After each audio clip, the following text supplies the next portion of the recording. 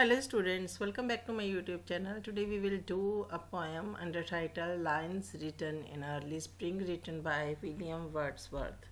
तो बच्चों आपको पता है कि जो विलियम वर्ड्स थे वो बहुत ही बड़े जो प्रकृति प्रेमी थे और वो समझते हैं कि जो मनुष्य है उसकी सारी बीमारियों का जो इलाज है या जो भी उसकी बुराइयां हैं उन सब का इलाज जो है प्रकृति के पास ही है। और वो समझती थी कि इंसान ने खुद को जो प्रकृति से अलग कर लिया है इसकी वजह से ही वो दुखी है, क्योंकि जो इंसान है वो शहरों में रह रहा है और बड़ी ही बनावटी ज़िंदगी जो है वो जी रहा है। वो पैसा कमाने के लिए बहुत ही भाग दौड़ कर रहा है और उस भाग दौड़ में उसने प्रकृति से अपना नाता जो है वो तोड़ लिया है और इसी वजह से वो दुखी है। और जो कवि है वो मनुष्य के इस बिहेवियर को देखकर कि उसने किस तरह से प्रकृति से अपना नाता तोड़ लिया है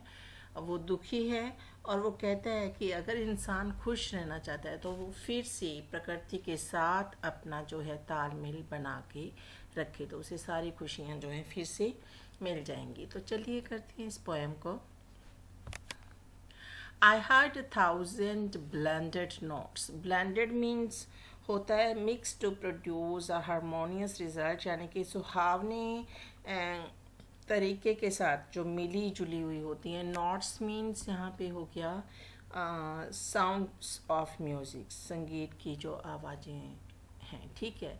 while in a Grove I set recline, set means बैठना, रिक्लाइंड मीन्स पीछे की तरफ आराम से पीठ टिकाकर, ठीक है। तो कवि कहते हैं कि बसंत की शुरुआत थी और वो एक उपवन में बैठे हुए थे, वहीं वह विश्राम कर रहे थे। In that sweet mood when pleasant thought bring sad thoughts to the mind, वे संगीत की धुन के समान जो थी मधुर आवाज़ों को सुन रहे थे, जो वहाँ पे अनगिनत मीठी आवाज़ें आ रही थीं और इन मधुर स्वरों ने कवि के मन को मधुर विचारों से भर दिया था। लेकिन एक प्राकृतिक परिवर्तन के द्वारा इन मधुर विचारों ने कवि को उदास विचारों के दायरे में पहुंचा दिया था। To her fair works did nature link the human soul that through me ran, and much it grieved my heart to think what man has made of man.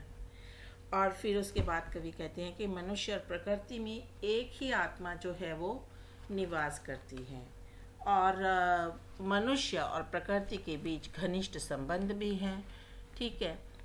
प्रकृति ने वही आत्मा मनुष्य को और उसकी सुंदर रचनाओं को दी है, लेकिन कवि को ये देखकर बहुत दुख हुआ कि मनुष्य ने अपने लिए क्या बनाया है।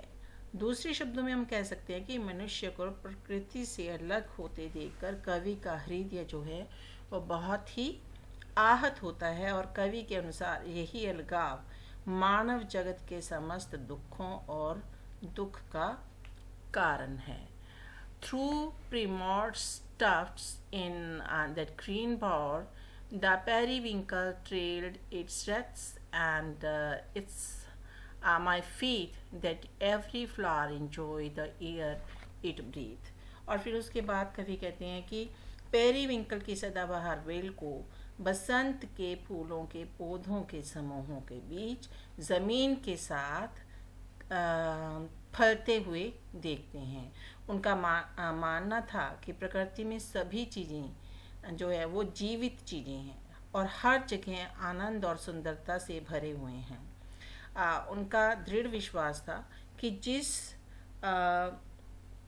हवा में वे सांस लेते हैं उससे हर कोई प्रकृति के फूलों का आनंद लेता है। मतलब वो जो हवा आती है उसमें जो प्रकृति के फूल हैं, है ना, उनकी खुशबू जो है वो महसूस करते थे। The birds around me hopped and played, their thoughts I cannot measure, but the least motion which they made, it seemed a thrill of pleasure. फिर कभी कहते हैं कि कुएं के चारों ओर पक्षी उड़ रहे थे और वो खुशी खुशी खेल रहे थे। कवि उनके विचारों को समझ नहीं पाया। ठीक है, their thoughts I can not measure, कभी उनके विचारों को सोच नहीं पाते हैं। But the least motion which they made it seemed a thrilled of pleasure, लेकिन उनकी जो खिलखिलाहट से पता चलता है कि वे बेहद खुश हैं, और उन्होंने जो कम से कम गति की वह खुशी की अभिव्यक्ति की है। जो उनकी धीमी चाल थी वो उनकी खुशी की जो अभिव्यक्ति थी उसको दर्शाती थी। The budding twigs spread out their fan to catch the breezy air, and I must think to all I can that there was pleasure there. और पेड़ों की शाखाओं पर नाजुक कलियां जो थीं और फूल थे, उनके पत्तों से भरी डालियां ऐसी लग रही थी मानो पंख फैल गए हों। ऐसे लग रहा था जैसे मानो कि वे कोमल हवा को पकड़ने की कोशिश कर रही हों, और कभी यह सोच भी नहीं सकते थे कि वह पेड़ पौधों में भी जो आनंद की अनुभूति हो रही थी उसका आभास जो था वो कभी नहीं ले पा रहे थे।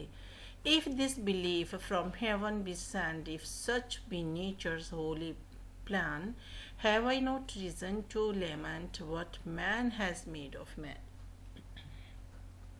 कवि का विचार यह था कि उनका यह विश्वास कि प्रकृति एक जीवित वास्तविकता है ईश्वर द्वारा दिया गया था, और इसलिए यह सत्य भी था। यह प्रकृति की पवित्र योजना थी कि सभी जीव शांति से रहें, और मैत्रीपूर्ण तरीके से मनुष्य और प्रकृति की सुंदर चीज़ों के बीच एक आध्यात्मिक संबंध है। लेकिन मनुष्य ने खुद को प्रकृति से दूर कर लिया, इसलिए वह बहुत दुखी है, और मनुष्य का दुख और दुखी होना उचित है क्योंकि वह मानव निर्मित ही है, यानी कि इंसान ने खुद उस दुख को मोल लिया है प्रकृति से अपने आप को अलग करके। तो ये बहुत ही खूबसूरत कविता थी जो विलियम वर्ड्सवर्थ ने लिखी है, और बहुत ही सुंदर संदेश देती है कि अगर हमें अपने लाइफ में जो लॉन्लीनेस है, जो दुख है, उससे हमें निपटना है तो हमें प्रकृति जो है उसका साथ थोड़ा सा वक्त जो है वो बिताना चाहिए, और उस प्राकृतिक माहौल में जो पक्षियों की चहचहाहट है, जो उनका मधुर वाणी है, जो खिले हुए फूल हैं, उनको देखकर हमारा मन भी प्रफुल्लित होगा और हमें खुशी महसूस होगी। उम्मीद करती हूँ कि आपने ये वाली पोएम जो है एंड तक देखी होगी, ये वीडियो एंड तक देखी होगी और समझने की कोशिश भी की होगी। मिलते हैं नेक्स्ट वीडियो में एक नए टॉपिक के साथ। Till then goodbye, have a nice time.